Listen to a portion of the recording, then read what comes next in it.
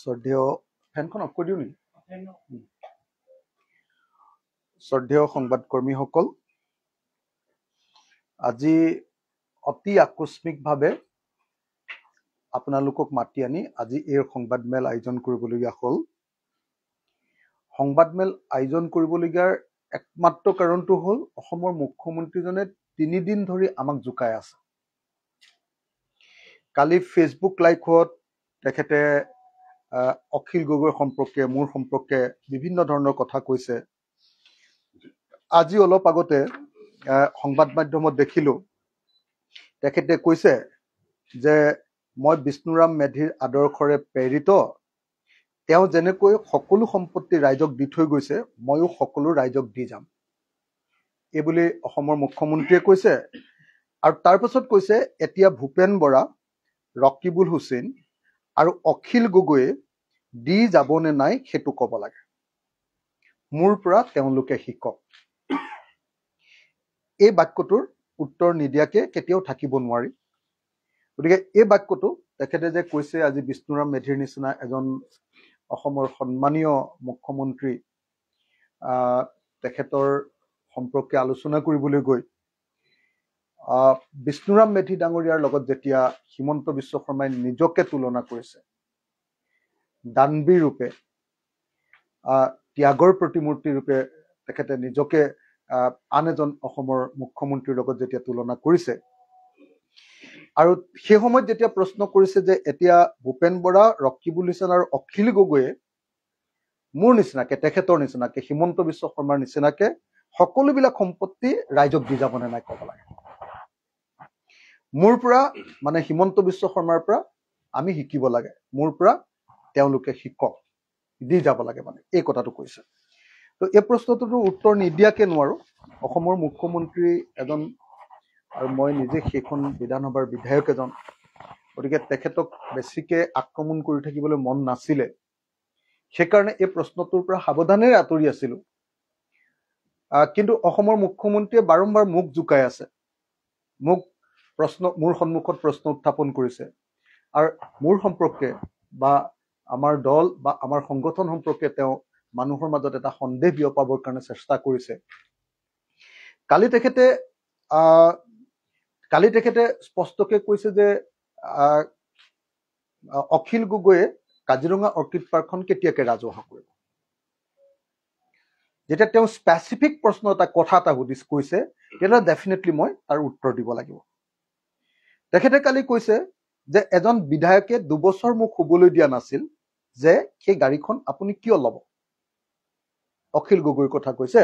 আপোনালোকে সকলোৱে জানে যে 2009 নে 10 চনত আমি হিমন্ত বিশ্ব শৰ্মাৰ এখন বিশেষ গাড়ী সম্পৰ্কে, তেখেতৰ ঢেৰ গাড়ী আছে এইটো বেলেগ কথা, এখন বিশেষ গাড়ী সম্পৰ্কে আমি প্ৰশ্ন কৰিছিলো।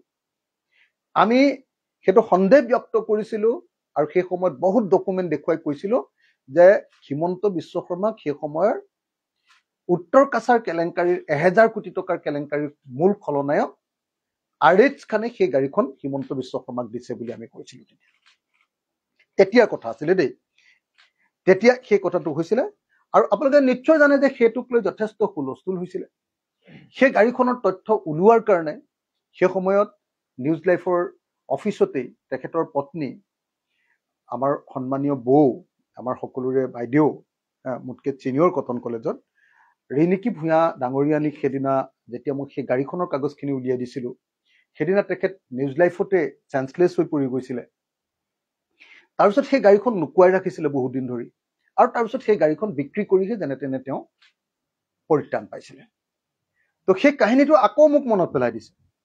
মই এই পুৰণি ফাইলবিলাক এতিয়া উলিয়াব লাগিব এতিয়া আকৌ, সেই গাড়ীৰ কাগজ পত্ৰবিলাক, আৰু সেই গাড়ীখন কোনে আনিছিলে, কেনেকে আছিলে, সমস্ত ডকুমেণ্ট আছে মোৰ লগত, পুৰা ডকুমেণ্ট আছে, পুৰা ডকুমেণ্ট আছে। আৰু সেইখন যে 2 নম্বৰী গাড়ী আছিলে আৰু তেওঁৰ নিজৰ টকা নোহোৱা বেলেগৰ টকাৰে যে কৰিছিলে, আৰু তাৰপিছত যে কোম্পানীৰ পৰা কেনেকে লিখাই আনিছিলে, গোটেই বস্তুবিলাকৰ পুৰা ডকুমেণ্ট মোৰ আছে। এতিয়া মনত পেলাব লাগিব, এইবিলাক ইমান লাগি থাকিব খোজা নাছিলো। তাৰ পাছত তেখেতে কৈছে যে এইখন অসমত হিমন্ত বিশ্ব শৰ্মাৰ কাৰণে আইন বেলেগ আৰু আন ৰাজনীতি কৰা ব্যক্তিৰ কাৰণে আইন বেলেগ কিয়, তেখেতে প্ৰশ্ন কৰিছে। তেখেতে কৈছে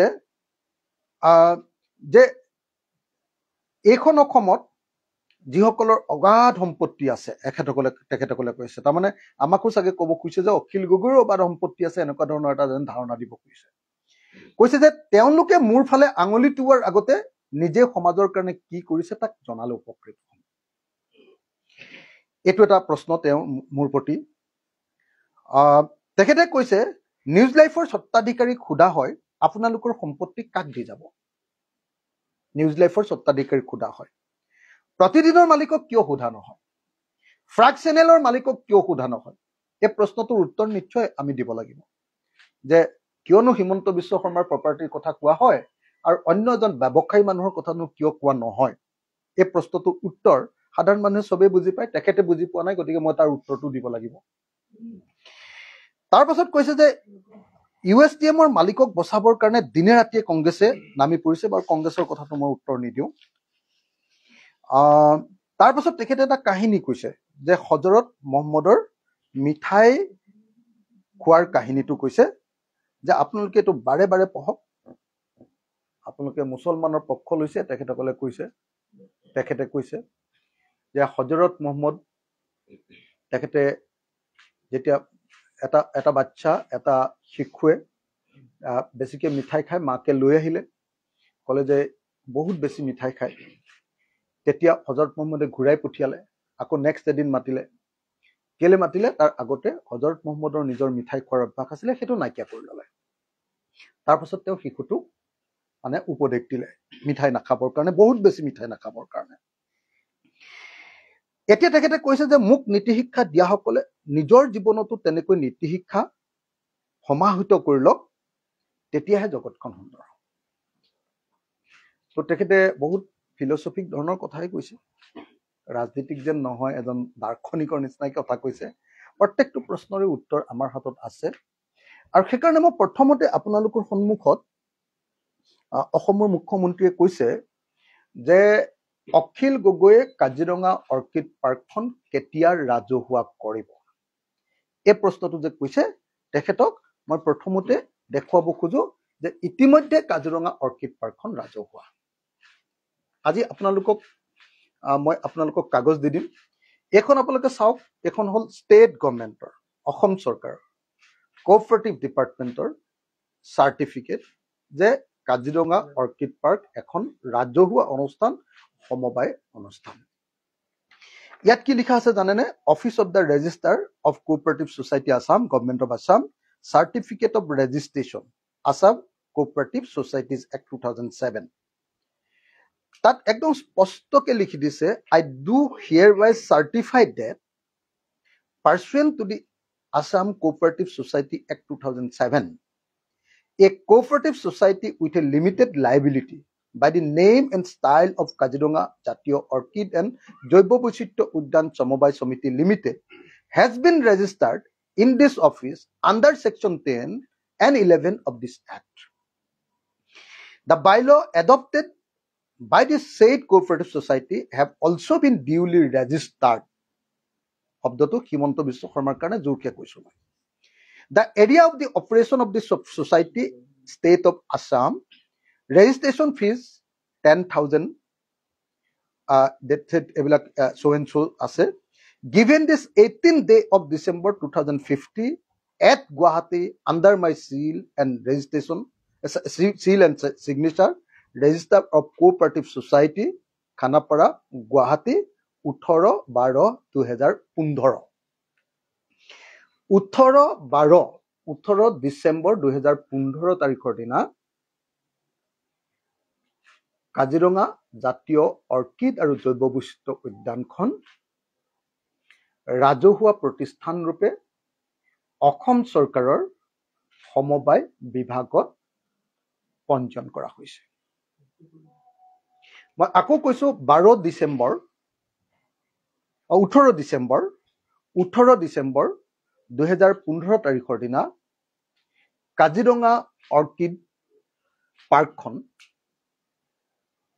অসমৰ এখন ৰাজহুৱা অনুষ্ঠান ৰূপে অসম চৰকাৰৰ কোঅপাৰেটিভ আইন 2007 সেকশন 10 আৰু 11ৰ অধীনত এইখনক এখন ৰাজহুৱা প্ৰতিষ্ঠান ৰূপে পঞ্জীয়ন কৰা হৈছে। অৰ্থাৎ 18 ডিচেম্বৰ 2015 চনৰ পৰা কাজিৰঙা অৰ্কিড পাৰ্কখন এখন ৰাজহুৱা পাৰ্ক। এখন ইয়াত কাৰো মালিকানা নাই, ইয়াত কোনো মালিক নাই।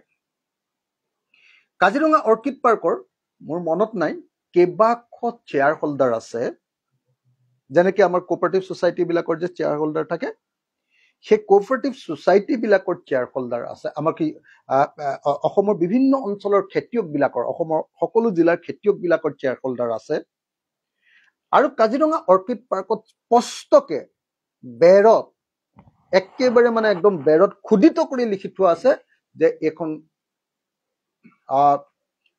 কৃষক মুক্তি সংগ্ৰাম সমিতিৰ দ্বাৰা তৈয়াৰ কৰা এটা সমবায় প্ৰতিষ্ঠান, এখন ৰাজহুৱা। ইয়াৰ কোনো মালিক নাই, ইয়াৰ কোনো প্ৰফিট খাব নোৱাৰে, ইয়াৰ কোনো মালিক নাই, আৰু ইয়াক কোনো ব্যক্তিগত সম্পত্তিত পৰিণত কৰিব নোৱাৰে। একদম খোদিত কৰি থোৱা আছে পাৰ্কখনৰ ভিতৰত। আপোনালোকে দেখিব যে গ'লে তাৰ যিটো এতিয়া আপোনাৰ মেইন আছাম টাইপৰ ঘৰ এটা আছে, এটাই ঘৰ আচলতে, সেই ঘৰটোতে খোদিত কৰি থোৱা আছে হেৰিয়াত মাৰ্বল পাথৰত যে এইখন এখন কৃষক মুক্তি সংগ্ৰাম সমিতিৰ দ্বাৰা বনোৱা এখন সমবায় সমিতি আৰু ই এটা ৰাজহুৱা প্ৰতিষ্ঠান। এতিয়া মই অসমৰ মুখ্যমন্ত্ৰীয়ে দিয়া চেলেঞ্জটো ৰক্ষা কৰিলোঁ যে কাজিৰঙা অৰ্কিড পাৰ্ক ইতিমধ্যে ৰাজহুৱা প্ৰতিষ্ঠান। আৰু অসমৰ মুখ্যমন্ত্ৰীক মই ইয়াৰ পৰাই প্ৰত্যাহ্বান জনাই কৈছো যে অসমৰ মুখ্যমন্ত্ৰী এতিয়া তেখেতৰ সম্পত্তিবিলাক এনেকে ৰাজহুৱা কৰি দিব লাগে। তেখেতে কৈছে যে অখিল গগৈ এতিয়াই কৰি দিব লাগে, কিন্তু তেখেতৰ নিজৰ ক্ষেত্ৰত আকৌ তেখেতৰ পত্নী আৰু তেখেত ঢুকোৱাৰ পাছতহে বোলে সেইটো ৰাজহুৱা কৰিছে, মৃত্যুৰ পাছতহে। জীৱনকালত মানে উপভোগ কৰিব আৰু মৰাৰ পাছত সেইখিনি বোলে ৰাজহুৱা কৰি থৈ যাব। এতিয়া মইতো 2015 চনতে এখন ৰাজহুৱা কৰি দিলোঁ। চাওক, আজি আপোনালোকক কপি এটাও দি পঠিয়াম মই। এনে মানুহবিলাকে গাই বাই থকাতকে সাংবাদিকৰ সন্মুখত একদম এই 10টা কপি মই উলিয়াই লৈ আহিছো, আপোনালোকক এই কপিকেইটা এতিয়া আপোনালোকৰ হাতত দি পঠিয়াম। আৰু এইখন অসমৰ ভিতৰতে এখন আটাইতকৈ ডাঙৰ কোঅপাৰেটিভ ছ'চাইটি ষ্টেট লেভেলৰ। এই কোঅপাৰেটিভ ছ'চাইটিৰ প্ৰত্যেকটো পইচা অসম চৰকাৰৰ কোঅপাৰেটিভ ডিপাৰ্টমেণ্টৰ জৰিয়তে সদায় প্ৰত্যেক বছৰে ইয়াৰ অডিট কৰা হয়। প্ৰত্যেকখন কাগজ অখিল গগৈ তাৰ পৰা 5 পইচা ক'ৰবাত খাইছে নেকি বুলি প্ৰত্যেক বছৰে প্ৰতিখন কাগজ তন্ন তন্নকে চাই ইয়াৰ পুৰা অডিট কৰে। অডিট কৰা বুলি নিশ্চয় সকলোৱে জানে। অডিট কৰে আৰু অডিট কৰি প্ৰত্যেক বছৰে অসমৰ ভিতৰতে এখন ফাৰ্ষ্ট ক্লাছ অডিটত আমি A+ বা A পাই আছো সদায়, যে এখন একদম ফাৰ্ষ্ট ক্লাছ, কোনো কেলেংকাৰী নথকা এখন সমবায় সমিতি, য'ত ক'তো 2 নম্বৰী টকা 1 টকাও পোৱা নাই। এতিয়া মই অসমৰ মুখ্যমন্ত্ৰীক সুধিম যে অসমৰ মুখ্যমন্ত্ৰীৰ অকল মোৰ হাতত থকা এই মুহূৰ্তত বহুত কাগজ আছে, তেখেতৰ মাটি বাৰীৰ মোৰ ওচৰত কেইবাটাও ফাইল আছে, সববিলাকৰ মই মাটিৰ পট্টা পৰ্যন্ত সব উলিয়াই থৈছো, মানে জমাবন্দী কপি পৰ্যন্ত একদম ঠাক ঠাক হিচাপত উলিয়াই থোৱা আছে, মোৰ জমা আছে। মই সেইবিলাক সব কথা ক'ব নাযাওঁ। মাত্ৰ অসমৰ মানুহে চিনি পোৱা যিকেইটা বস্তু তেখেতৰ পৰিয়ালৰ, সেই বস্তুকেইটা কোনদিনা, মইতো এইটো 15 চনতে কৰিয়ে দিলো ৰাজহুৱা, এতিয়া তেখেতে মৰাৰ পাছত কৰিব নে কোনদিনা কৰিব? মই অকল এতিয়ালৈকে অসমৰ মানুহে জনা তেখেতৰ সম্পত্তিকেইটাৰ নামটো প্ৰথমতে গাই লৈছো। অসমৰ মুখ্যমন্ত্ৰীৰ পৰিয়ালৰ নামত থকা বাগান, কাঞ্চনজুৰি চাহ বাগিচা, কাজিৰঙা, নগাঁও ডিষ্ট্ৰিক্ট পৰে। ৰাধাকৃষ্ণ চাহ বাগিচা আমাৰ সৰুপথাৰ, আৰু তিনচুকীয়াৰ চানমাৰী চাহ বাগিচা। মই বাকীবিলাকৰ কথা নকওঁ দেই, বাকীবিলাকৰ কথা মানে তেখেতে নামে বেনামে কিনাবিলাকৰ কথা এতিয়া কোৱা নাই, সেইবিলাকৰো পুৰা ডকুমেণ্টেশ্যন আমাৰ হাতত আছে, আমি কোৱা নাই। এতিয়া তিনচুকীয়াৰ চানমাৰী চাহ বাগিচা, সৰুপথাৰ গোলাঘাটৰ সৰুপথাৰ ৰাধাকৃষ্ণ চাহ বাগিচা, আৰু নগাঁৱৰ কাঞ্চনজুৰি চাহ বাগিচা। এই 3খন চাহ বাগিচা যেনেকৈ আমি অৰ্কিড পাৰ্কখন ৰাজহুৱা কৰি দিলো কোনদিনা কৰিব দিয়া এই প্ৰশ্নটোৰ উত্তৰ লাগে নাম্বাৰ 1 নাম্বাৰ 2 তেখেতৰ সংবাদ মাধ্যম মিডিয়া হাউচ যিকেইটা আছে মই এটা এটাকে গাই দিছো নিউজ লাইভ নাম্বাৰ 1 তেখেতেই কৈছে যে আটাইতকৈ বেছি চলা চেনেল নিউজ লাইভ নিয়মীয়া বাৰ্তা বাতৰি কাগজ এখন ৰং চেনেল আইনা নামৰ এখন আলোচনী ইন্দ্ৰধনু ৰামধেনু আৰু 12-18 এই 7টা সংবাদ মাধ্যম এটো ৰাজহুৱা কৰি দিলে নিউজ লাইফে অকল এতিয়া মালিকৰ কথাই দেখুৱাই থাকে যিদিনা ৰাজহুৱা হৈ যাব তেতিয়াহ'লে সি নিৰপেক্ষ হৈ যাব অসমৰ কাৰণে কিমান উপকাৰ হ'ব সব এটোতো বিৰাট ধুনীয়া উপকাৰী কাম এটা হৈ যাব গতিকে মই অনুৰোধ কৰিছো যে এই 7টা সংবাদ মাধ্যম নিউজ লাইভ নিয়মীয়া বাৰ্তা ৰং চেনেল আইনা ইন্দ্ৰধনু ৰামধেনু আৰু 12-18 তাৰপিছত টাইমেট 8 নম্বৰটো টাইমেট এটো থাকি গৈছে টাইমেটটো বহুত চলা চেনেল দেই এটো লাগে আমাক ৰাজহুৱা কৰি এটো লাগে তাৰমানে তেতিয়াহ'লে আৰু হিমন্ত বিশ্ব শৰ্মা 26ত আৰু হৰাটো কনফাৰ্ম হৈ গ'ল আৰু এনে হাৰিব এতিয়াতো মানে চেনেল কেইটাই যদি তেখেতক ৰাতিপুৱা দিনলৈকে অনবৰতে দেখুৱাই নাথাকে তেতিয়ালটো মৰিয়ে গ'ল তো গতিকে এই 8টা চেনেল আৰু সংবাদ মাধ্যমৰ বাতৰি কাগজ এই 8টা কেতিয়া ৰাজহুৱা কৰিব 3 নম্বৰ মুখ্যমন্ত্ৰী হোৱাৰ পাছত তেখেতৰ 5টা ডাঙৰ প্ৰপাৰ্টি হৈছে মুখ্যমন্ত্ৰী হোৱাৰ পাছত তাৰ ভিতৰত আছে বন্দা ইণ্টাৰনেশ্যনেল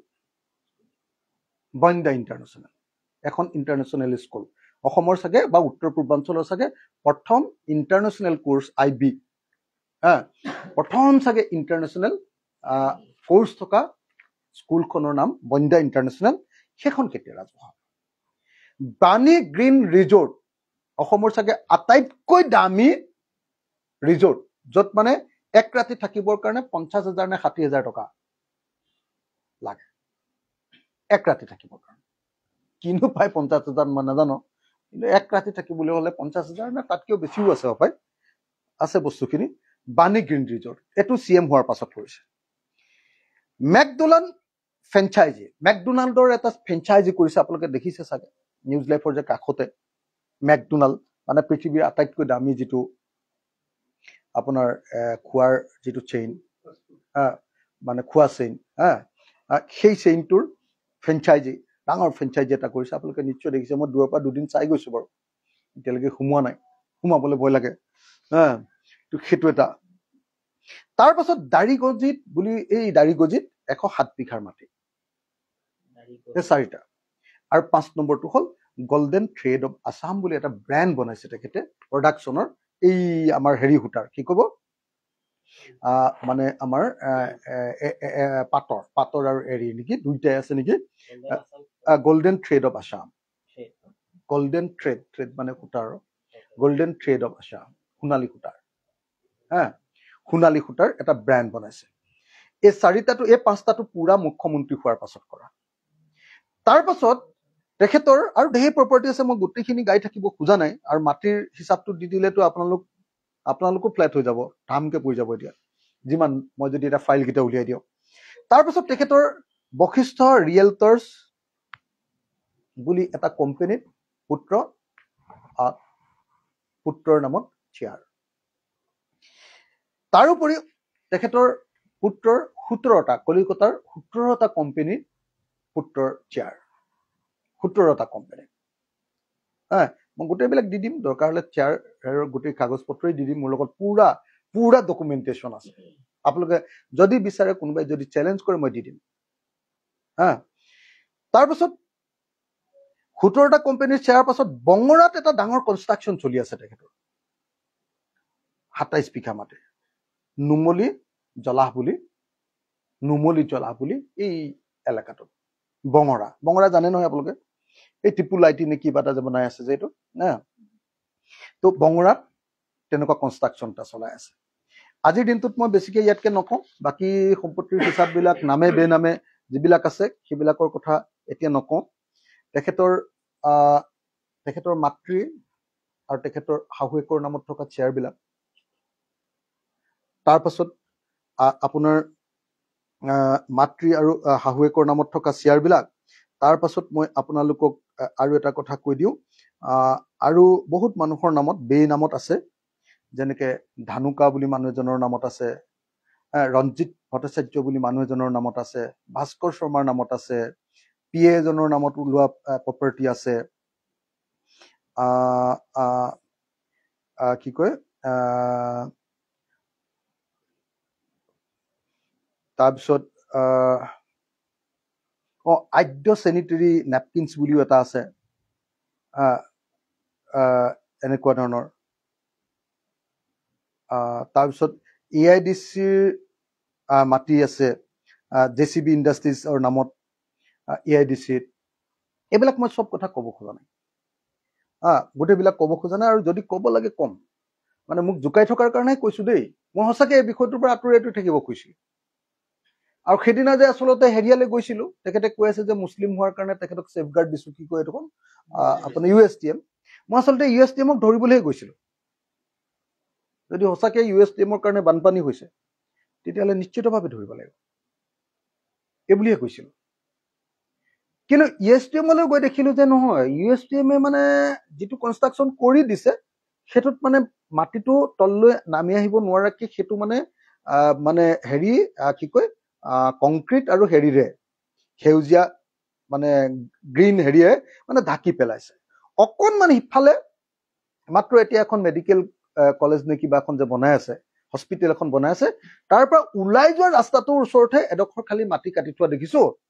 সেইটো এই মানে ডাঙৰ ইলেক্ট্ৰিচিটি খুঁটা এটা যে দেখুৱাই আছে, আজি পীযুষ হাজৰিকাকো সেইটো ভিডিঅ' দেখুৱাই দেখিছো। সেই ইলেক্ট্ৰিচিটি খুঁটা সেইডোখৰত ৰাস্তা এটা উলিয়াই নিবৰ কাৰণে সেইডোখৰত এটা কটা দেখিছো। আৰু এতিয়া যিখন হস্পিটেল বনাই আছে, সেই হস্পিটেলখনত এই পাহাৰটোৰ মাথাটো কটা বুলি গম পাইছো। বাকীবিলাকৰ পৰা এই মুহূৰ্তত মানে যিটো তেখেতে দিব খুজিছে যে নহয়, গোটেই গুৱাহাটীৰ ফ্লাডটো মানে এই ঠাইখিনি কি কয় USTMৰ পৰাহে হৈছে। সেইটো নহয়, মানে মিছা কথা কৈ লাভ নাই। USTMৰ মালিকৰ চিনিও নাপাওঁ, জানিও নাপাওঁ, আৰু ধৰিম বুলিয়ে গৈছিলো, কিয় বানপানী কৰিব বুলি, কিয় কৰিব অসমৰ বানপানী। কিন্তু তাৰ পাছত গৈ দেখিলো যে USTMৰ মাটিটোৰ কাষতে DPSৰ মাটি এটা আছে, DPS। সেই DPSৰ মাটিটোত কিন্তু পুৰা আৰ্ট কাটিং আছে, পুৰা পাহাৰ কাটিং। 7 তাৰিখৰ দিনা প্ৰথম দিনটোত যিদিনা কৈছিলে, তেতিয়া কিন্তু মুখ্যমন্ত্ৰীয়ে DPSৰ নামো লৈছিলে আৰু USTMৰ নামো লৈছিলে। 8 তাৰিখৰ দিনা দেখিলো যে CMৰ তাত DPSৰ মালিকে গৈ 11 লাখ টকাৰ এখন চেক দিছে CM ৰিলিফ ফাণ্ডৰ কাৰণে। তাৰ পিছদিনাৰ পৰা DPSৰ নামটো নাই। তাৰপিছত যেতিয়া মই গৈ সোমালো, যেতিয়া আপোনাৰ হেৰিয়ালে কি কয় এইখন USTMত সোমাওতে গম পালো যে USTMৰ আচলতে এই যিখন কি কয় আপোনাৰ মেডিকেল কলেজ বনাব খুজিছে, সেই USTMৰ মেডিকেল কলেজখনক লৈহে CMৰ টেনচন। কেলে? তাৰ কাষতে থকা DPSৰ মাটি নে অন্য ক'বা মাটিত কোনোবা এটা ইয়াৰে মেডিকেল মানে কোনোবা এখন হেৰিয়াৰ লগত, নাৰ্ছিং হোম মানে এনেকুৱা ধৰণৰ কিবা এটা চেইন এটাৰ লগত, তাতে মানে এওঁলোকেও তাৰমানে এখন মেডিকেল কলেজ বনাবৰ কাৰণে প্লেন কৰিছে। এই একেবাৰে সেই মেঘালয়ৰ মাটিতে। সেইটোৰ কাৰণেহে তাৰমানে এইটো মানে USTMৰ মেডিকেল কলেজখনৰ ওপৰত এটেক কৰি আছে। এই খবৰটো তেতিয়া ৰাজহুৱাকে তাতে অভিযোগ কৰিছে মানুহে যে এওঁতো ইয়াখন বনাবলৈ লৈছে, আমুকৰ লগত লগ লাগি, এইবিলাক যেতিয়া ক'বলৈ ল'লে তাৰ লোকেল মানুহে, তেতিয়াহে গম পাইছো এইটো ব্যৱসায়িক সংঘাত। এইটো মানে ফ্লাড আপোনাৰ জেহাদ নহয়, এইটো বান জেহাদ নহয়, এইটো হ'ল হিমন্ত বিশ্ব শৰ্মাৰ কোম্পানী, তাৰমানে তেওঁলোকৰ পৰিয়ালৰ যিটো কোম্পানী, আৰু USTMৰ কোম্পানীৰ মাজত এইটো মেডিকেল কলেজক লৈ হোৱা সংঘাতৰ পৰিণতি। সেইটোকে তেখেতে সামাজিক বিষয় তৈয়াৰ কৰি কি কৰিলে, সামাজিক বিষয় এটা তৈয়াৰ কৰি কি কৰিলে আপোনাৰ মানে সেইটোকে ডাঙৰ বিষয় বনাই দিলে। এতিয়া তেখেতে কৈছে যে প্ৰতিদিনৰ মালিকক নকয়, প্ৰাগৰ মালিকক নকয় যে তোমালোকৰ সম্পত্তি কেতিয়া ৰাজহুৱা কৰিবা, তেওঁলোকক সমালোচনা নকৰে, কিন্তু ৰিণিকী ভূঞা কৰে। মোৰ পত্নীৰ ওপৰত ইমান চকু কিয়? এইটো তেখেতৰ বক্তব্য। প্ৰথম কথা যে আপোনাক এইকাৰণে ধৰে আপুনি অসমৰ মুখ্যমন্ত্ৰী, এক নম্বৰ। দ্বিতীয় কথা, আপোনাৰ এই যিমানবিলাক সম্পত্তি হৈছে, এই সম্পত্তিবিলাক কৰিবৰ কাৰণে আপোনালোকৰ পৰিয়ালৰ একো ইনকাম নাছিলে। বহুতে কৈ থাকে যে ৰিণিকী ভূঞা শৰ্মাৰ দেউতাক কি ইণ্ডাষ্ট্ৰিয়েলিষ্ট আছিলে। আমাৰ ঘৰৰ ওচৰতে ন, এইকণতহে ঘৰটো। ওচৰৰ যিকোনো মানুহক সুধি লওক, যে মই যিমান দূৰ জানো, মই তেখেতৰ নামটো ল'ব নোখোজো, কিন্তু হিমন্ত বিশ্ব শৰ্মাই বিয়া কৰোৱাৰ পাছত এনেকুৱা ধৰণৰ কোনো ইণ্ডাষ্ট্ৰি নাই। বৰং মই জনামতে সেই পৰিয়ালটোৰ, ৰিণিকী ভূঞা শৰ্মাৰ পৰিয়ালটো বেংক্ৰাপচিহে হৈছিলে, বেংক্ৰাপ্ট হৈ গৈছিলে। বহুত ধাৰ লাগিছিলে আৰু সেইটোক লৈ বহুত কিবা কি খোৱা বুলি আমাৰ ওচৰতে যিহেতু মানুহবিলাকে কৈ থকা। গতিকে এই যে চাহ বাগিচা তিনিখন কিন্তু নামতহে দেই, বাকীবিলাক উলিয়াই দিম, আপোনালোকে গম পাব কেইদিনমানৰ পাছত। মোৰ লগত লাগি থাকিলে হ'ল, খালি আৰু খংটো উঠি থাকিলে হ'ল আৰু উলিয়াম আৰু এদিনকে। এই তিনিখন বাগান কিনিবৰ কাৰণে পইচা ক'ত পালে? ধনৰ উৎস কি? এই যে কোটি কোটি টকাৰ সম্পত্তি, এইবিলাকৰ ধনৰ উৎস কি? নিউজ লাইফৰ ধনৰ উৎস কি? আমিতো জানো কাহিনী। মই নিউজ লাইফৰ ওপৰত ৰিচাৰ্চ কৰিছিলো, মোৰ লগত এতিয়াও ফাইল আছে। আজিৰ দিনটোত মই আপোনালোকক যদি নিউজ লাইফৰ ধনৰ উৎস এটা এটাকে দেখুৱাই দিওঁ, এটা এটাকে মই দেখুৱাই দিব পাৰো, মোৰ ওপৰত পুৰা ডকুমেণ্ট আছে। আৰু মই এইটো ডকুমেণ্ট একদম সাধাৰণভাৱে বনোৱা নাছিলো, গুৱাহাটীৰ বহুত ডাঙৰ ডাঙৰ চিএক লগাই RTI কৰি তথ্য উলিয়াই ৰিচাৰ্চ কৰি একেবাৰে মানে হিলাই দিব পৰাকে কৰা ডকুমেণ্ট আছে মোৰ লগত। নিউজ লাইফৰ টকা ক'ৰ পৰা আহিছিলে, 2 নম্বৰী টকাবিলাক ক'ৰ পৰা ইনভেষ্ট হৈছিলে, আৰু সেই 2 নম্বৰী টকাবিলাক 1 নম্বৰী হোৱাইট দেখুৱাবৰ কাৰণে তেখেতৰ মুখত এইকেইদিন হোৱাইট শব্দ এটা শুনি আছে নে আপোনালোকে? এজন মুখ্যমন্ত্ৰীয়ে হোৱাইট ব্লেক এইবিলাক কথা কৈ থাকে। লাজ লাগিছে নে নাইবা যে এখন মুখ্যমন্ত্ৰীয়ে নিজৰ পত্নীৰ প্ৰপাৰ্টিৰ কথা কৈ আছে? মোক এটা কথা কওকচোন, মই যদি আজিৰ দিনটোত কওঁ, এই ঘৰটো আপোনালোকৰ সন্মুখত মই যিটো ঘৰত এতিয়া সংবাদমেল দি আছো, এই ঘৰটো যদি কথা কওঁ যে এই ঘৰটো মই ৰাজহুৱা কৰিম, মোক ঘৈণীয়ে 1 চৰ মাৰি দিব। তো বাপেৰৰ টকা কিনিছো নেকি বুলি কব। মোৰ ৱাইফে কলেজত চাকৰি কৰে, লোন লৈ এই ঘৰটো কিনিছে, আৰু এই ঘৰটো যেতিয়া কিনিছে তাত 1 পইচাৰ কোনোবাই যদি গণ্ডগোল উলিয়াব পাৰে, মই গোটেই জীৱন কেতিয়াও সামাজিক কাম নকৰোঁ। এতিয়া মোৰ এই ঘৰটো আমাৰ য'ত মই থাকো, এই যে অসমৰ কি কয় আপোনাৰ অসমৰ মুখ্যমন্ত্ৰীয়ে যে কৈছে যে ৰিণিকীৰ সকলো সম্পত্তি আমি ৰাজহুৱা কৰি দিম। মই কিন্তু যিটো ঘৰত থাকো, মোৰ পত্নীৰ ঘৰ, মোৰ পত্নীৰ টকাৰে কিনিছে, আৰু মই কেতিয়াও তেখেতৰ সম্পত্তি ৰাজহুৱা কৰিম বুলি ক'ব নোৱাৰো। ক'লে মোক একেদিনতে ঘৰৰ পৰা বাহিৰ কৰি দিম। হিমন্ত বিশ্ব শৰ্মাই যে কৈছে যে এই সম্পত্তি চব আমি ৰাজহুৱা কৰি দিম, তাৰমানে এই গোটেই টকাবিলাক হিমন্ত বিশ্ব শৰ্মাৰ টকা, এইটো ৰিণিকী ভূঞাৰ টকা নহয়। তেওঁৱে আচলতে মালিক।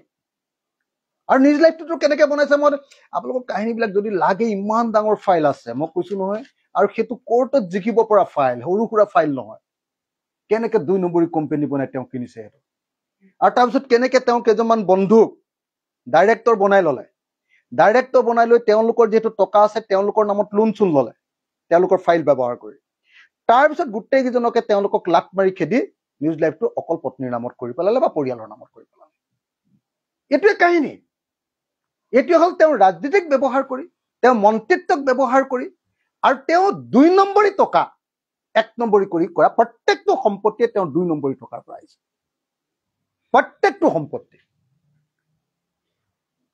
এই যে প্ৰত্যেকটো সম্পত্তি মই কৈ দিছো আপোনালোকক, হিমন্ত বিশ্ব শৰ্মাৰ এই যে পৰিয়ালৰ যিটো সম্পত্তি, এইবিলাক যে দেখুৱাই আছে,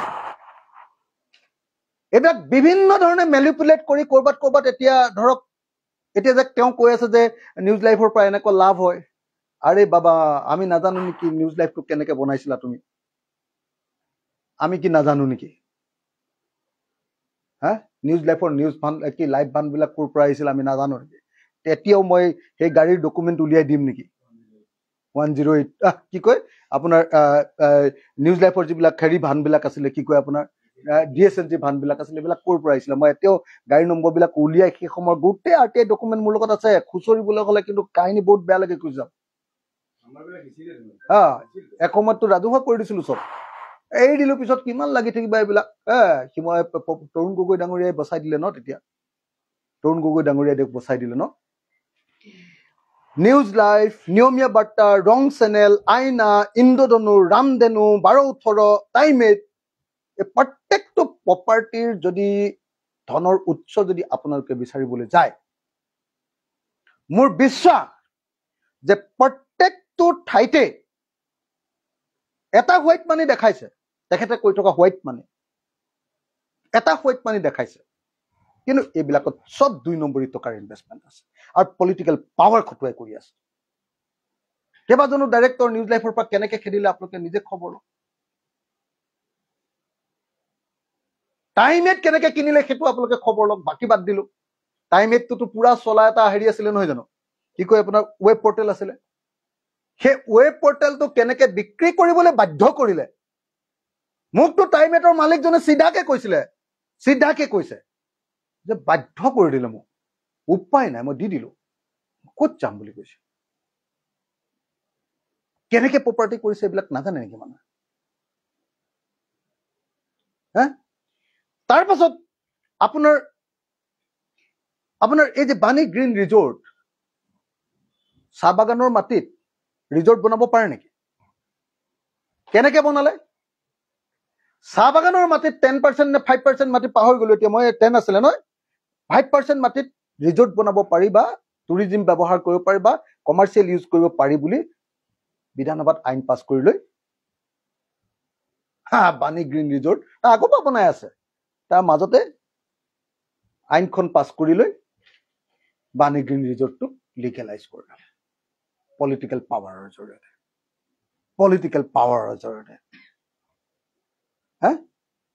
এতিয়া কেনেকে মাটি কি হিচাপত প্ৰত্যেক দিনাই কেনেকে মাটি লৈ আছে তাৰ কাহিনী কম নেকি? কি ক্ষমতা প্ৰয়োগ কৰি, কোন পুলিচক লগাই, কোন অফিচাৰক লগাই, কাক বাধ্য কৰি, কাক ব্লেকমেইল কৰি কেনেকে সম্পত্তি লৈ আছে, এইবিলাক কি ক'ব লাগিব নেকি? এইবিলাক সোমাব খোজা নাছিল। মোৰ নামটো বাৰে বাৰে লৈ থাকিব নালাগে নহয়, আৰু জানিবই লাগে বেলেগ বিলাকৰ নাম লৈ থাকিলেও কোনো একো কৰিব নোৱাৰে। মোৰ নাম যেতিয়া ল'ব নহয়, মোৰ একো নাই, হেৰুৱাবলৈ একো নাই এই পৃথিৱীত, মই যিকোনো পৰ্যায়লৈ গুচি যাব পাৰো। মোৰ হেৰুৱাবলৈ একোৱে নাই, গোটেই পৃথিৱীত ক'তো প্ৰপাৰ্টি নাই মোৰ। সেইকাৰণে মোৰ দম আছে পৃথিৱীত, কোনেও একো কৰিব নোৱাৰে মোক। মোৰ যে দমটো আছে কেলে, কাৰণ মোৰ ক'তো এটাও প্ৰপাৰ্টিয়ে নাই। ইমান দিন আন্দোলন কৰিলো, ইমান দিন আমুক কৰিলো, ভুচুক কৰিলো, অসমৰ ৰাজনীতিত দপদপাই থাকিলো, গোটেই পৃথিৱীত ক'তো এটাও ঠাই নাই। ঘৈণীয়ে যদি কাইলৈ ঘৰৰ পৰা খেদি দিয়ে, পত্নীয়ে মোৰ ৱাইফে যদি খেদি দিয়ে, কাইলৈ মই ৰাজপথত থাকিব লাগিব। মোৰ নিচিনা মানুহটোক জোকাই লৈছে বাৰম্বাৰ। নিজে লাজ পাব লাগে, নিজে গম পাব লাগে, যিটোক জোকাই ললে বাঘৰ নেগুৰে কাণ খজুৱা বুজাব। জোকাই লৈছে দিয়া, মইতো আৰম্ভ কৰিছো এতিয়া, উপায় নাই আৰু। মই কৰিবলৈ একদম ইচ্ছা নাছিলে দেই, কৰিবলৈ মোৰ একদম ইচ্ছা নাছিলে, মই এতিয়াও কওঁ। আৰু মোৰ নামটো লৈ থকাৰ কাৰণেহে কৰিছো। আৰু এনেকে যদি লৈ থাকে ন, মই কি পৰ্যায়লৈকে লৈ যাব পাৰো এইটো কিন্তু তেওঁ জানি থোৱা ভাল। এতিয়া মই বিধায়ক কৈছো, সমষ্টিৰ কাম কৰিব লাগে, CM জনৰ লগত সদায় কাজিয়া লাগি থাকিলে মোৰ কি লাভ আছে? সমষ্টিত দিগদাৰ কৰি থাকে, একো কাম আগবঢ়াবলৈ নিদিয়ে। DCক মোৰ বিৰুদ্ধে ৰাখিছে, SPক মোৰ বিৰুদ্ধে ৰাখিছে, এটা কাম কৰিবলৈ নিদিয়ে, কোনো কামতে একো কামেই কৰিবলৈ নিদিয়ে মুঠতে। কিবা বুদ্ধি যুক্তি কৰিহে ডেভেলপমেণ্টৰ কামবিলাক নিছো। কামটো নিছো, কিন্তু চাব মই নোৱাৰো কামটো। ঢাল নাই তোৰাল নাই নিধিৰাম চৰ্দাৰ। কেনেকুৱাকে বাধ্য কৰি ৰাখিছে আমিহে জানো, কেনেকুৱাকে আমাক ক্ষমতাহীন কৰি ৰাখিছে আমিহে জানো, কেনেকুৱাকে ডিষ্টাৰ্ব কৰি ৰাখিছে, কেনেকুৱাকে আমাৰ কাম নকৰিবৰ কাৰণে DCSPক মানে ব্যৱস্থা কৰি থৈছে আমিহে জানো, কি পৰ্যায়ত আমাক ৰাখিছে। এনেইতো মই ডিক্টেটৰ বুলি কৈ থাকো নেকি? এনেইনো ফেচিষ্ট বুলি কৈ থাকো নেকি? এনেনো কৈ থাকো নেকি যে অসমত এজনেই MLA, এজনেই মন্ত্ৰী, এজনেই মুখ্যমন্ত্ৰী, HBS কোম্পানী প্ৰাইভেট লিমিটেড বুলি এনেই কওঁ জানো? গোটেই বিজেপি দলটোতো এটা কোম্পানী কৰি পেলালে নাই কওকচোন? অকল এটা মানুহৰ কোম্পানীত পৰিণত কৰি পেলালে। সেইকাৰণে কৈ থাকো। মোক জোকাই লৈছে কিয়? মই এতিয়া কলো যে অসমৰ মুখ্যমন্ত্ৰীক মই ৰাজহুৱাকে সময় বিচাৰিছো। কাইলৈ 15 আগষ্ট খুব ভাল হ'ব। 15 আগষ্টৰ দিনা মই আপোনাৰ ঘৰলৈ যাব খোজো। মোক সময় দিয়ক। মই বানপানীৰ সময়ৰ পৰা তেখেতক 6 বাৰমান ফোন কৰিলো, এবাৰ মাত্ৰ ধৰিছে। বানপানীৰ সময়ত নধৰিলে, আজি কেইদিনমানৰ আগতহে ধৰিলে ফোনটো। মই ফোন কৰি আছো যে মোৰ অৱস্থা, মোৰ সমষ্টিত একদম অৱস্থা বেয়া, মই আপোনাক এই কথাকেইটা ৰিপৰ্ট কৰিব লাগে, মোক সময় লাগে। ফোন কৰি আছো, ফোন ধৰা নাই। এতিয়া মই সেইকাৰণে ৰাজহুৱাকে আজি সময় বিচাৰিছো যে মই আৰু আমাৰ গোটেই কমিটিখনক মাতি দিম। মোক খালি অকল 10 ঘণ্টামান 12 ঘণ্টামানৰ সময় এটা দিলে হ'ল। আমি কৃষক মুক্তি সংগ্ৰাম সমিতিয়ে তৈয়াৰ কৰা কাজিৰঙা অৰ্কিড পাৰ্ক ৰাজহুৱা কৰি দিলো 2015 চনত। অহা 15 আগষ্ট কাইলৈ CMৰ ওচৰত এই ডকুমেণ্টখিনি জমা দিম আৰু দৰকাৰ হলে CMৰ হাততে চাবিটো দি থৈ আহিম কাজিৰঙা অৰ্কিড পাৰ্কৰ। ৰাজহুৱা অনুষ্ঠান যেতিয়া আমাৰ চাবি দিবলৈতো কোনো আপত্তি নাই। CMে কাইলৈ 15 আগষ্ট তাৰিখৰ দিনা, তেখেত যিহেতু বিষ্ণুৰাম মেধিৰ শিষ্য, একে পথৰে গৈ আছে, কাইলৈ 15 আগষ্টৰ দিনা CMে বন্দা ইণ্টাৰনেশ্যনেল নিউজ লাইভ নিয়মীয়া বাৰ্তাৰ পৰা আৰম্ভ কৰি মেকডোনাল্ডলৈকে এই চাবিকেইটা কাইলৈ ৰাইজৰ হাতত দি দিব।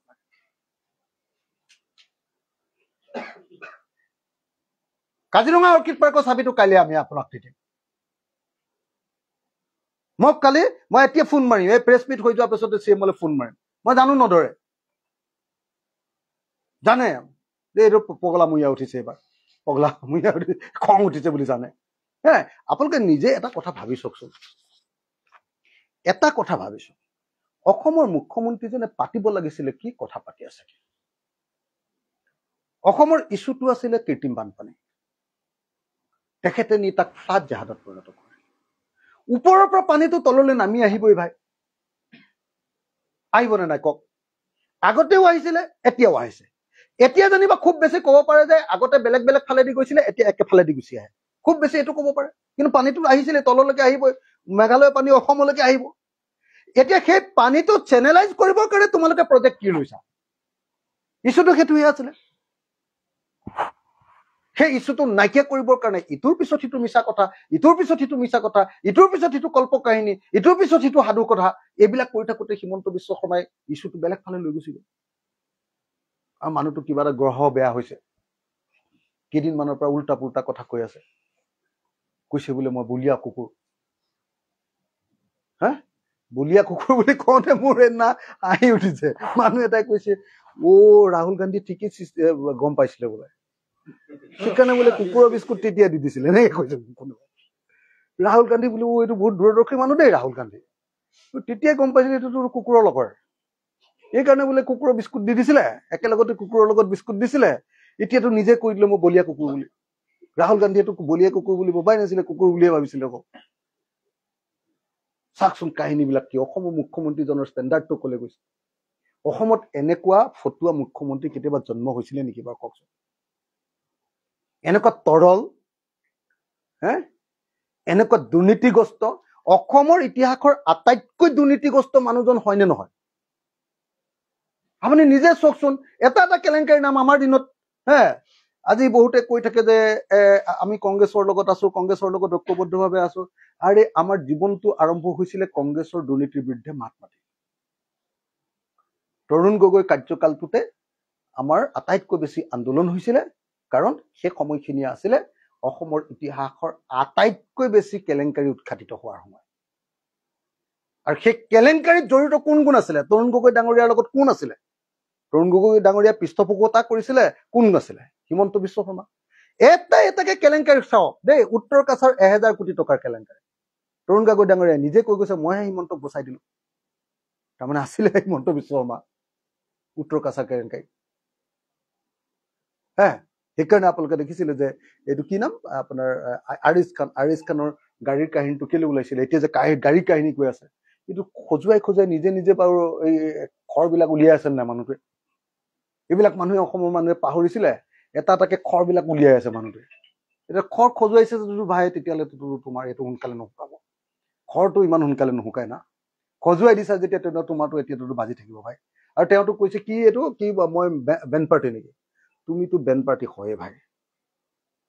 বেন পাৰ্টি নিজে শুই লৈছে, আমি কি কৰোঁ হা?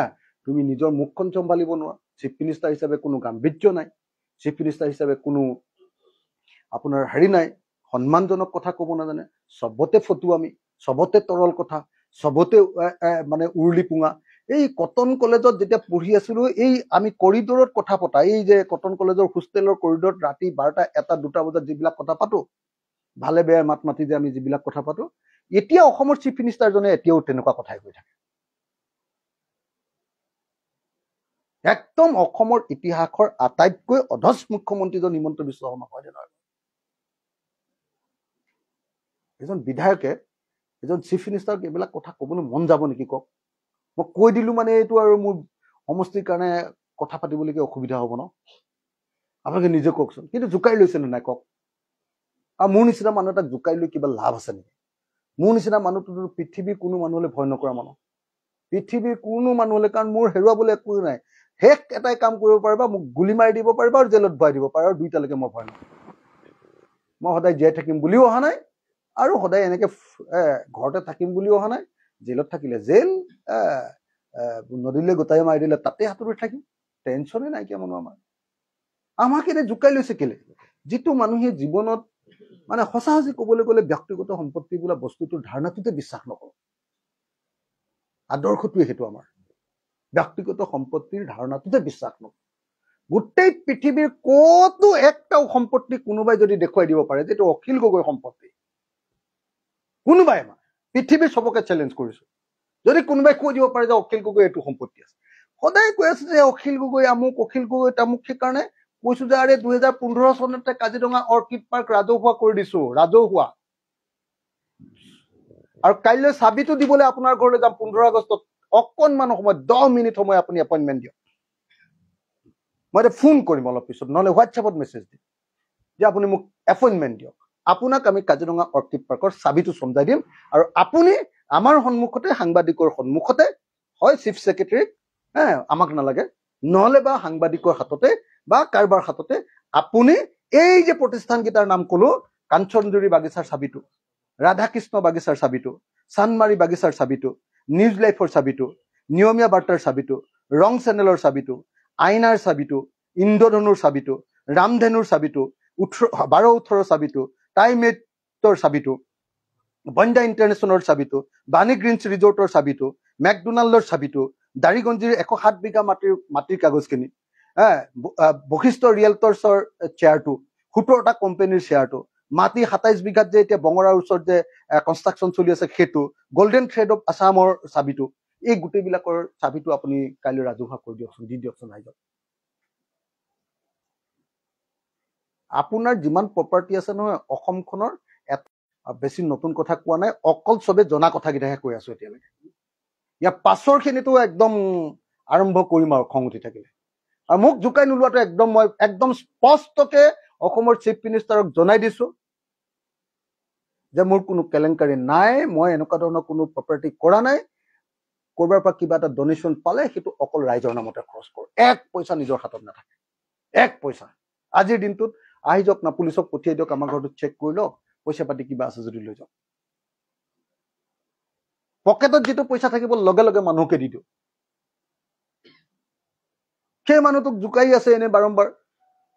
মই সেই কাহানী বাটে এটা কলো যে সেইটো হেৰিয়াৰ কথাটো, USTMতো আপুনি ভুল কৈছে, সেইটো কথাহে কলো মই। আপুনি ভুল কোৱাটো ভুল বুলি নকম নেকি? নে বাকীবিলাকৰ নিচিনাকে আপুনি যে সংবাদ মাধ্যমক যে কিনি লয়, আমুকক কিনি লয়, ময়ো কি আপোনাৰ মতে চলি থাকিম নে? পৃথিৱীৰ চব মানুহ চলিব, মইতো চলিবলৈ নাই ভাই আপোনাৰ মতে। মই মোৰ মতে চলিম বিন্দাস, কাকো কেয়াৰ কৰিবলৈ মোৰ নাই, কাৰণ কাৰো খাই থোৱা নাই মই। একদম খং উঠিছে, একদম খং উঠিছে, একদম সঁচা কথা কৈছো, মুখ্যমন্ত্ৰী ডাঙৰীয়াক কৈছো, আপোনাক খং উঠিছে, আপুনি খং উঠাই আছে, বহুত খং উঠাইছে। এই খংটো মোৰ উঠিলে কি হ'ব পাৰে আপুনি নিশ্চয় জানে। আপুনি কৈছে যে 2 বছৰ মোক শুবলৈ দিয়া নাছিলে, 2 বছৰ হুবলৈ দিয়া নহয়, মৰালৈকে হুবলৈ নিদিম আপোনাক। মই মৰালৈকে হুবলৈ নিদিম, মই কৈ দিছো। মৰি যাব কিন্তু মই ধৰিলে আপুনি, নমৰালৈকে মই আপোনাক হুবলৈ নিদিম, এনেকুৱা কৈ দিম। মই কৈ দিছো, মোক এনে ডিষ্টাৰ্ব কৰি নাথাকিব। সমষ্টিৰ কাম ভালকে কৰিব পৰা নাই, সেইটোতে মাথা গৰম উঠি থাকে অনবৰতে। তাৰ পাছত আকৌ এনেই অখিল গগৈৰ নামত এনে কথা এটা কৈ দিলে হ'ব নেকি? আৰে ভাই, আমি তোৰ সম্পত্তি যিটো আপোনাৰ কৃষক মুক্তিৰ সম্পত্তি আছিলে, সেই সম্পত্তিটো টোটেলি দি দিলো ৰাইজক। তোমাৰ এটা সম্পত্তি ৰাজহুৱা কৰিছোৱাচোন চাওঁ, এটা সম্পত্তি। তুমি তোক কি কয় বিষ্ণুৰাম মেধিৰ নিচিনাকে চবকে দিম বুলি কৈছা। মৰি যোৱাৰ পিছত তুমি কি কয় এখন কি বুলি কয়, এখন হেৰি বনাম বুলি যে কৈছে, কি নাম, উইল। উইল কাৰ নামত কৰিলা কোনে জানিব? কৈছে যে এতিয়া উইল আমি কেনেকে দেখুৱাম? নেদেখা নহয় উইল বুলি কৈছে, উইলটো নেদেখুৱা। উইলটো এতিয়া নেদেখুৱা, মুখেৰে এতিয়া কৈ থাকিবা, প্ৰপাৰ্টিটো এতিয়া তোমালোকৰ নামতে হৈ থাকিব। মৰিবৰ সময়ত কোনে পালে আমি কেনেকে জানিম ভাই? তাৰ মৰি যোৱাৰ পাছত কব এইটো ধৰিটো লাভেই নাই, মৰিলে মানুহটো। সেনেকুৱা টুপি পিয়া বাজ দেখিছেনে মুখ্যমন্ত্ৰী এজন? সঁচাকে যদি তোমাৰ ইমান মানে ত্যাগ আছে, তোমাৰ যদি সঁচাকে এনেকুৱা ধৰণৰ এৰি দিম। আৰু এই যে এটা কথা অসমৰ মানুহে জানি লোৱা দৰকাৰ, সকলো মানুহে জানি লোৱা, এওঁ যে এই যে এটা ধনৰ মানে দাতাকৰ্ণৰ এটা ভূমিকা ল'ব খুজিছে, এটা যে নাটক, এটা ছদ্মবেশ এটা যে ধৰিছে, মই দাতাকৰ্ণ। এই দাতাকৰ্ণ নহয়, চব চোৰৰ টকা, এইবিলাক চব চুৰি কাৰ্যৰ টকা। যিমান প্ৰপাৰ্টি আছে নহয়, এই সমস্ত টকাৰ উৎস বিচাৰি গলে চব চুৰি কাৰ্য, লুণ্ঠন কৰা টকা। অসমৰ ৰাইজৰ পৰা এক এক পইচাকে লুণ্ঠন কৰা পইচা। তুমি তোমাৰ প্ৰপাৰ্টি ৰাজহুৱা নকৰিলেও এদিন ৰাইজে তোমাৰ এই প্ৰপাৰ্টি চব কাঢ়ি ল'ব। কাঢ়ি ল'ব, মই কৈ দিলো আপোনাক। অসমৰ মুখ্যমন্ত্ৰী হিমন্ত বিশ্ব শৰ্মাক মই কৈছো, আপোনাৰ প্ৰপাৰ্টি ৰাজহুৱা কৰাৰ প্ৰয়োজন। আপুনি যিবিলাক প্ৰপাৰ্টি কৰিছিলে চব লুণ্ঠনৰ টকা, ৰাজনীতিৰ নামত 2 নম্বৰী কৰি আপুনি সমস্ত সম্পত্তি এইবিলাক লুণ্ঠন কৰিছে। আৰু এই লুণ্ঠন কৰা প্ৰত্যেকটো টকা অসমৰ ৰাইজে এদিন আপোনাৰ পৰা কাঢ়ি ল'ব। কাঢ়ি ল'ব, মই কৈ দিলো, কাঢ়ি ল'ব। আপুনি এইবিলাক নাটক কৰাৰ কোনো প্ৰয়োজন নাই। আপোনাৰ পৰা দান বৰঙণি নালাগে, চব আমাৰ পৰা চুৰ কৰা টকা আপুনি দান কৰিব নালাগে, আমি কাঢ়ি ল'ম আপোনাৰ পৰা, ৰাইজে কাঢ়ি ল'ব। দিল্লীত কিমান প্ৰপাৰ্টি আছে কম, বিদেশৰ বিলাক নাযাওঁ, এতিয়া আৰম্ভ কৰিলেই কৰি দিম আৰু, কৰিবলৈ মন নাই, সেইকাৰণে এইবিলাক একদম ৰেষ্ট্ৰেইন হৈ কৈ আছো। দিল্লীত দিন একেৰাহে মোৰ নাম লৈ আছে, যে শিৱসাগৰৰ নাম লৈ আমুকটো কৰিম বুলি 3 দিন নকয়, যে শিৱসাগৰ সমষ্টিত আমুকটো কৰি দিম, তামুকটো কৰি দিম, ভুচুকটো কৰি দিম, এইটো নকয়। বাৰম্বাৰ ফোন কৰি আছো, এইবাৰ শিৱসাগৰৰ গোটেই মথাউৰিবিলাকৰ ওপৰেদি পানী বৈছে, পইচা লাগে মোক মথাউৰিটো বনাবলৈ। সেইটো কথাত একো নহয়, সেইটো সময়ত ফোনটো নধৰে, একদম ইচ্ছাকৃতভাৱে সেই সময়ত ফোনটো নধৰে, একদম নধৰে। তাৰ পাছত আকৌ তুমি আকৌ মোক সংবাদ মাধ্যমৰ আগত কবা যে অখিল গগৈৰ অৰ্কিড পাৰ্ক কেতিয়া ৰাজহুৱা কৰিবা, তোমাৰ নিউজ লাইভ কেতিয়া ৰাজহুৱা কৰিবা? কাঢ়ি ল'ব লাগিব নেকি? খং উঠাই লাভ নাই। সেইকাৰণে একদম স্পষ্টকে কৈছো, মই এতিয়া আপোনালোকৰ জৰিয়তে, সংবাদ মাধ্যমৰ জৰিয়তে অসমৰ মুখ্যমন্ত্ৰীক অনুৰোধ কৰিছো, কাইলৈ 15 আগষ্ট আপুনি মোক অকণ সময় দিয়ক। 15 আগষ্টটো বৰ ভাল দিন হ'ব, নহলে 16 আগষ্টত আপুনি মোক সময় দিয়ক। আমাৰ কাজিৰঙা অৰ্কিড পাৰ্কৰ চাবিটো আপোনাৰ হাতত দি থৈ আহিম, মই কমিটিক মাতিবলৈ খালি অকণ সময় দিয়ক। কমিটিখন বহাই লৈ ফটকে ৰিজলিউশ্যন এটা লৈ চৰকাৰৰ হাতত দি থৈ আহিম। কিন্তু দিয়াৰ লগে লগে একেটা সময়তে আপোনাৰ এই গোটেইকেইটাৰ চাবিটো কিন্তু আপুনি ৰাইজক দিব, গোটেইকেইটাৰ। কাঞ্চনজুৰিৰ চাবিও, ৰাধাকৃষ্ণৰ চাবিও, চানমাৰীৰ চাবিও, নিউজ লাইফৰ চাবিও, নিয়মে বাৰ্তাৰ চাবিও, টাইম-8ৰ চাবিও, ৰং চেনেলৰ চাবিও, আইনাৰ চাবিও, ইন্দ্ৰধনুৰ চাবিও, ৰামধেনুৰ চাবিও, 12-18ৰ চাবিও, বান্দ্ৰা ইণ্টাৰনেশ্যনেলৰ চাবিও, বাণীগিৰি ৰিচৰ্টৰ চাবিও, মেকডোনাল্ড ফ্ৰেঞ্চাইজিৰ চাবিও, দাৰিগঞ্জৰ 107 বিঘা মাটিৰো কাগজ, কি কয় বশিষ্ঠ ৰিয়েলটৰ্ছৰ শ্বেয়াৰ, 17টা কোম্পানীৰ শ্বেয়াৰ, 27 বিঘা মাটিত যে বঙৰাত কনষ্ট্ৰাকশ্যন হৈ আছে তাৰো চাবি, আৰু গল্ডেন থ্ৰেড অফ আছামৰো চাবি। দিবনে নাই? দিবনে নাই? মইতো দিম।